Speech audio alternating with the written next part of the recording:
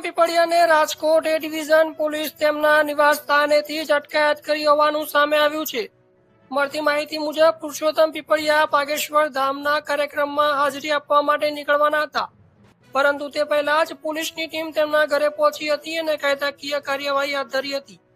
આ કાર્યવાહી પાછળનું ચોક્કસ કારણ શું છે તે અંગે હજુ સુધી સત્તાવાર રીતે સંપૂર્ણ વિગતો જાહેર કરવામાં આવી નથી. જોકે પોલીસ દ્વારા લેવામાં આવેલી આ કાર્યવાહી બાદ સમગ્ર મામલો ચર્ચાનો વિષય બન્યો છે. સ્થાનિક લોકો અને તેમના સમર્થકોમાં આ ઘટનાને લઈને અનેક પ્રકારની ચર્ચાઓ ચાલી રહી છે.